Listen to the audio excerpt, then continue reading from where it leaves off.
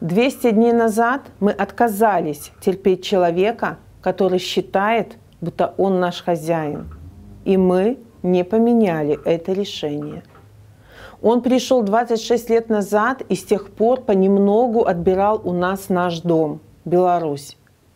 Запер окна и двери, переписал историю, убеждал, что мы ни на что не способны, что без него мы пропадем. Неуважение к людям стало смыслом его власти. Чувство безнаказанности превратило его в бандита, который сейчас пытается крушить наш дом и наши жизни. Он стал зависимым от власти. Он готов вынести из дома последнее столовое серебро, лишь бы еще на несколько месяцев утолить свою зависимость. Набрать новых долгов, за которые платить будет не он. Распродать предприятия, должности и законы. На торги идет все.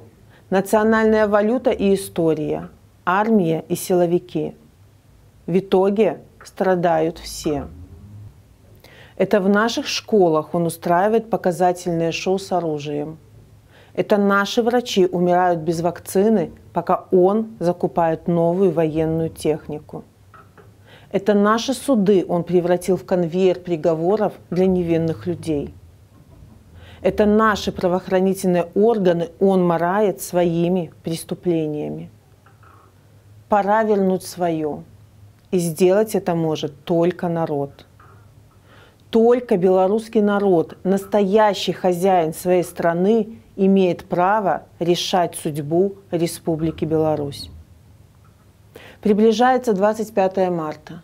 103 года назад в этот день наши предки объявили о независимости Беларуси. Этот день всячески пытались вырезать из учебников и вычеркнуть из нашей истории. Но он остается днем воли. Он остается днем нашей независимости. Мы напомним себе, что не согласны дальше скатываться в пропасть кризиса. Напомним своим детям, что сделаем все, чтобы они были в безопасности дома. Напомним нашим согражданам в госаппарате и силовых структурах, в правительстве и местных органах власти, что они присягали народу.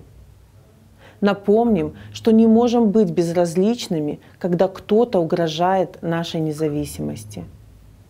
И когда избавимся от этого дурного сна, зародится новая Беларусь.